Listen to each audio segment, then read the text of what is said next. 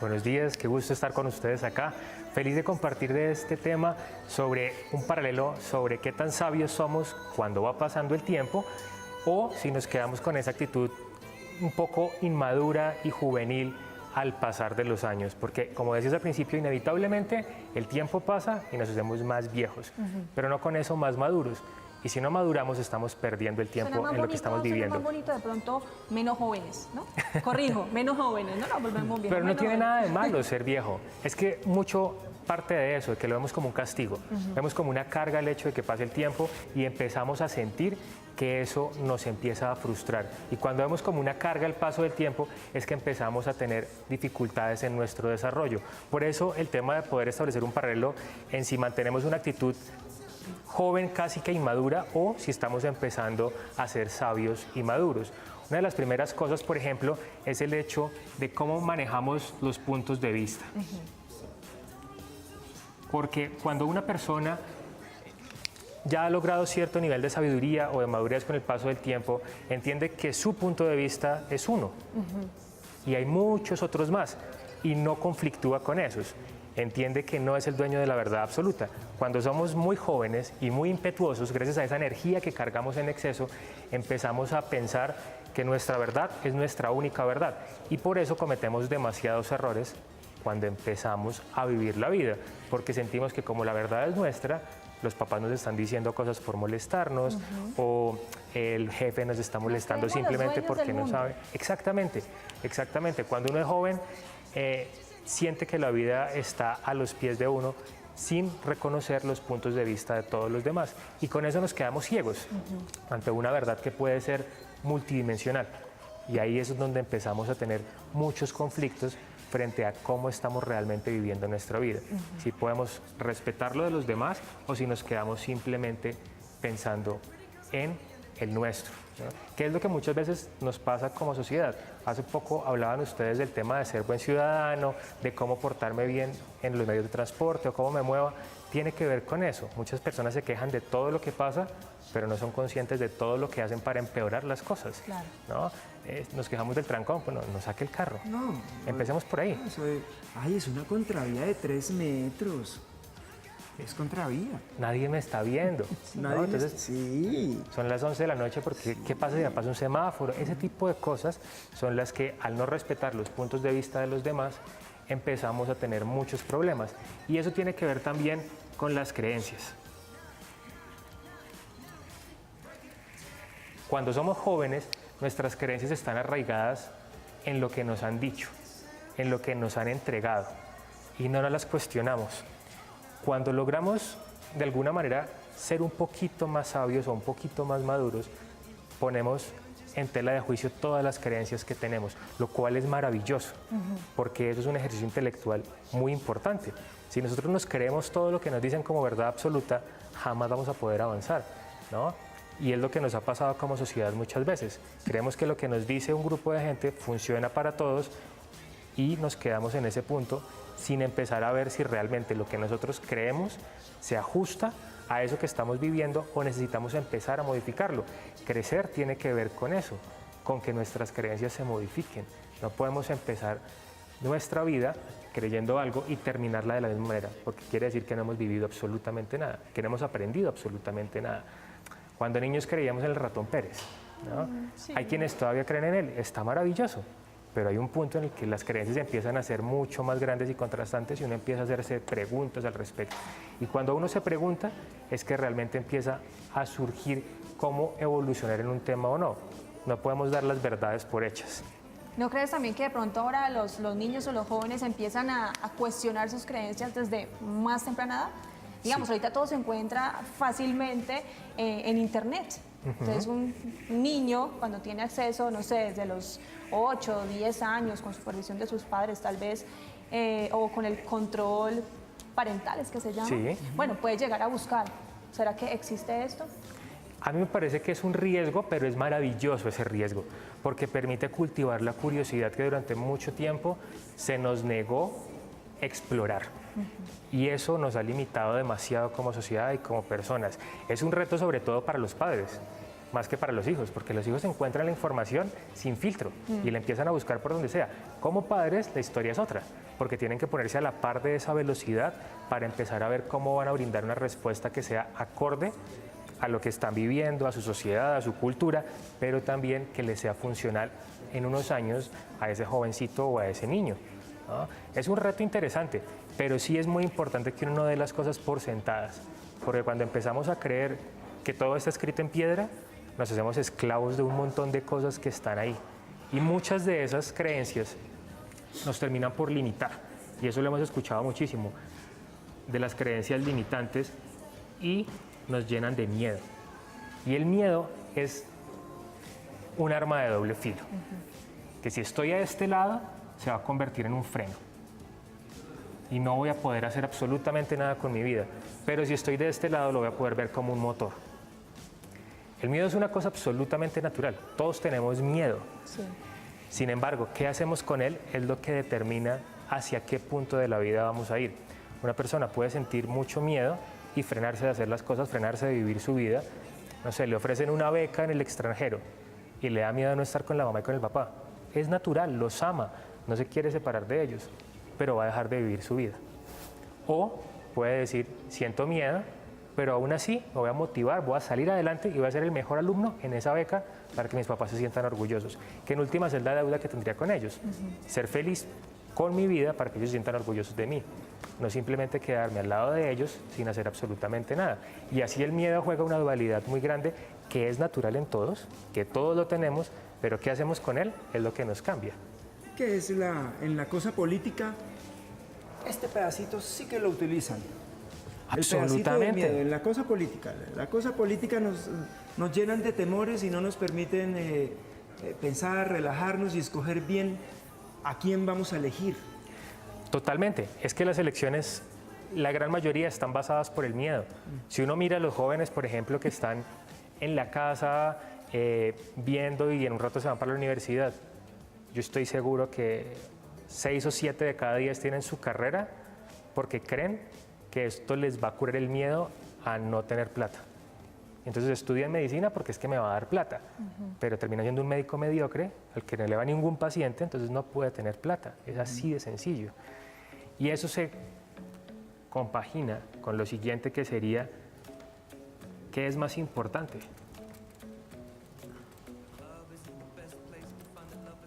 ¿Y hacia dónde pongo mis prioridades? ¿Hacia la actitud que tenga ante una situación o hacia la aptitud que pueda tener?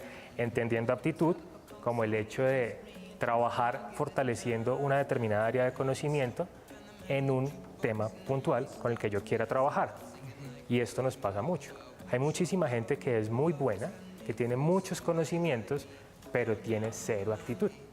Razón por la cual no puede ejercer ninguna actividad relacionada con su conocimiento. Pongo un ejemplo. En el caso de ustedes dos, que trabajan en televisión como presentadores o como actores, hay una aptitud muy fuerte, que en psicología sería aptitud verbal, el hecho de poder enlazar ideas y comunicarlas efectivamente. Pero si no tuvieran actitud, se llenarían de miedo y no se podrían parar ante una cámara o ante un público jamás. Ante una cámara es más fácil todavía que ante un público, creería yo. Sí. Pero tener 100 personas al frente que lo esté mirando a uno, esperando que haga algo, Con la cámara se olvida que hay miles allá. Pero hay hay una miles. persona. Claro, exacto. Esto tiene que estar ligado. Y muchas veces, cuando uno tiene una actitud poco madura frente a la vida, piensa que llenarse de conocimiento es lo importante, pero al final no sabe qué hacer con ese conocimiento. Yo prefiero saber una cosa y ejecutarla bien para el bien de los demás que saber 10 y no hacer nada con ellas estando encerrado en la casa, sin hacer absolutamente nada con ellas. Y esto es de lo que se trata. Si tenemos un punto de vista en donde podamos entender que los demás también son válidos además de los nuestros, podemos alimentar nuestras creencias desde lo que los demás difieren de nosotros y no simplemente pensando que lo nuestro es lo único cierto. Actuamos aún a pesar del miedo y entendemos que nuestra actitud debe ser mucho más valiosa que nuestra aptitud. Empezamos a ver la vida desde un punto de vista mucho más completo en donde podamos crecer y compartir mejor con todas las personas que nos rodean.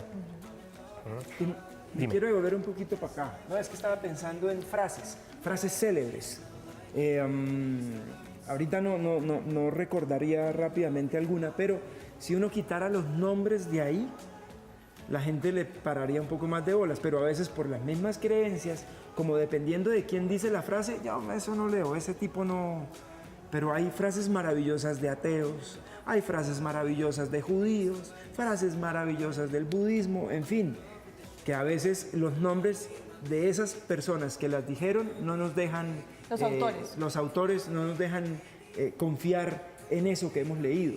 Es cierto, además porque el tema de las creencias tocas un punto muy importante. La religión y las creencias han sido una limitante muy fuerte para todos, como seres humanos y como sociedad, por una razón muy simple, porque tomamos la religión como una bandera y no como un camino. Cuando las personas ven la religión como un camino de autoconocimiento, un camino de aprendizaje, un camino en donde todas dicen exactamente lo mismo, pórtese bien y sea bueno con los demás. ¿Cómo lo hace? Eso varía según cada cultura, según cada país, según cada región, pero todas en esencia dicen exactamente lo mismo. Pórtese bien para usted mismo, para con usted mismo, y pórtese bien para con los demás. Y a eso le pueden poner cualquier idioma, todas van a decir exactamente lo mismo. Varía la dieta, varía la forma en la que uno va a rezar, el lugar al que uno va a rezar, pero el resto es igualito. Y eso tiene también, me llevaría a algo que es muy importante cuando uno está madurando, y es autoconocimiento. El autoconocimiento. Si yo me conozco, hay muchísimas cosas que ya dejo de lado. Ya no me interesa lo que opinen los demás. No vivo de eso, por lo menos. Me interesa como consejo, me interesa como una balanza frente a qué puedo hacer mejor, pero no como validación. Muchas personas nunca logran madurar porque dependen de lo que les digan los demás. Y lo que les digan los demás es que mi pareja me haga sentir valioso o no, que mis papás me hagan sentir importante o no, que mis hijos me hagan sentir importante o no, que mi jefe me diga buen trabajo o mal trabajo. Ese tipo de cosas dejan de ser importantes cuando uno sabe que lo que hace es valioso. Cuando yo sé cuánto valgo, nadie puede ponerme precio. Y es ahí a donde uno tiene que llegar para poder entender que la vida tiene un sentido muy diferente a llenarse de cosas, que es como lo vemos cuando somos jóvenes. ¿Cómo entiende entonces el autoconocimiento el adulto con una mentalidad joven o el adulto con una mentalidad más sabia y más madura? El joven jamás va a querer conocerse porque le interesa más validarse desde afuera. El autoconocimiento en la persona joven normalmente está limitado por su ego. Entonces el ego no le permite ver más allá, porque para esa persona es más importante tener un reloj de 5 millones que hacer un viaje de 1 millón a la Sierra Nevada para conocerse. Exactamente. Él va a empezar a buscar otra forma de validarse y de validar su vida. No le interesa mirar hacia adentro porque le da susto. No hay peor juez que nosotros mismos y no hay peor miedo que cualquier persona tenga que el hecho de encontrar qué tan potente puede ser, qué tan fuerte puede ser, qué tan luminoso, diría un poeta, puede llegar a ser uno. Pero uno entonces se la pasa, esa frase de juventud, valioso tesoro, es como que la pasa uno perdiendo el tiempo dejándose llevar por el ego. También sería es vejez, valioso tesoro. Tesoro. Es muy cierto, y gran parte de poder hablar de estos temas, analizar de estos temas, tiene que ver con que hay dos formas de aprender las cosas. Una es estudiándolas, haciendo conciencia de lo que yo necesito aprender y que quiero mejorar y que no, otra sufriéndolas. Uno puede estrellarse ante la vida y muchas personas que han llegado a los 50, 60, 70 años habrán dicho que aprenderán estas lecciones porque se les murió familiar, porque tuvieron una pérdida económica muy fuerte, porque tuvieron una situación de crisis muy aguda. Entre sentarme un rato a meditar y pensar qué puedo hacer mejor o esperar a que la vida me dé una patada, yo prefiero meditar. Salman, ¿te queda faltando algo como para ir concluyendo? Si esto te es parece. como todo meter en una bolsita, chun, para saber cómo llegar a la vejez. Exacto, y yo creo que lo último para cerrar serían las lecciones. ¿Cómo se ven cada una de las lecciones? Volviendo al tema de la vejez o la madurez, ¿cuál es el divino tesoro? Una persona madura, independientemente de su edad, entiende que una lección, que lo que le pasa en la vida es una lección. Que cualquier cosa que le pasa, le estrellaron el carro, le robaron el celular, lo echaron del trabajo, es una lección en la cual tiene que aprender algo. Una persona que no ha llegado a ese punto siente que lo están castigando, perdón, que todo es un castigo divino, que el universo está en contra de él, que es que hay un maleficio encima. Cualquiera de esas excusas utilizan para no entender que hay algo que tienen que aprender. Y esto yo creería que pueden cerrar fácilmente todo, porque cuando empezamos a ver la vida como una lección, ya empezamos a sentir que podemos aprender de cada cosa y no nos vamos a ahogar en una circunstancia o en un problema. O estos 2 últimos días he visto ahí un video viral en las redes ¿De qué? de un científico que coge una estructura recta, ¿cierto? Chun. Y hay otra estructura con altibajos, chun, chun, y mandan una bolita al mismo tiempo, perdón, aquí, una bolita. ¿Cuál tú crees que llega primero? La bolita, una esfera.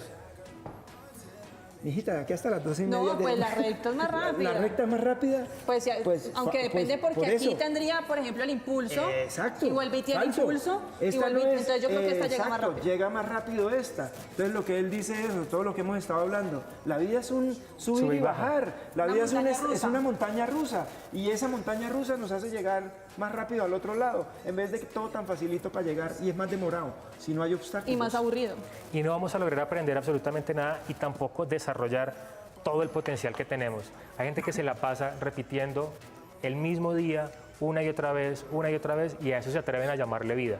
La vida es otra cosa muy diferente, que pasa cuando dejamos de quejarnos, cuando dejamos de victimizarnos y cuando entendemos que hay muchas cosas que podemos mejorar y aprender, no solo de nosotros, sino también de los que son diferentes a nosotros, porque ellos son los que realmente nos enseñan. Si todos son igualitos a mí, me aburro, absolutamente. ¿Sabes? Salma, yo creería que tampoco todo lo de joven es malo. ¿Qué debería tener el adulto, la persona mayor, la persona madura del joven? ¿Qué debería conservar? Ímpetu, definitivamente ímpetu.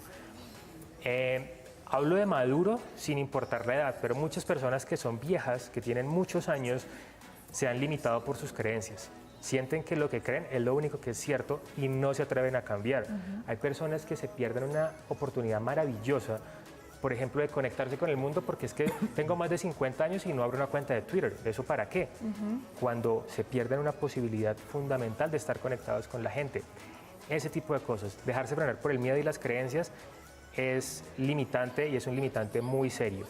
Es importante que podamos superarlo y el joven, una persona joven tiene el ímpetu para poder hacerlo. Lo que pasa es que no tiene el norte, no tiene la brújula y quien no sabe para dónde vaya llegó. Es así que es muy importante ver hacia dónde voy, qué quiero mejorar y en ese punto empezar a evaluarlo para crecer con cada cosa que me suceda.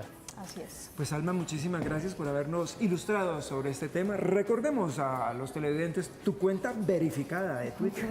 Salman 5K con Z, Salman 5K y también en todas las redes sociales o salman5k.com es la página web, ahí está en pantalla. Además es la única que tiene el chulito. Sí, y no tengo tocayo. Muy bien, Salma, muchas gracias.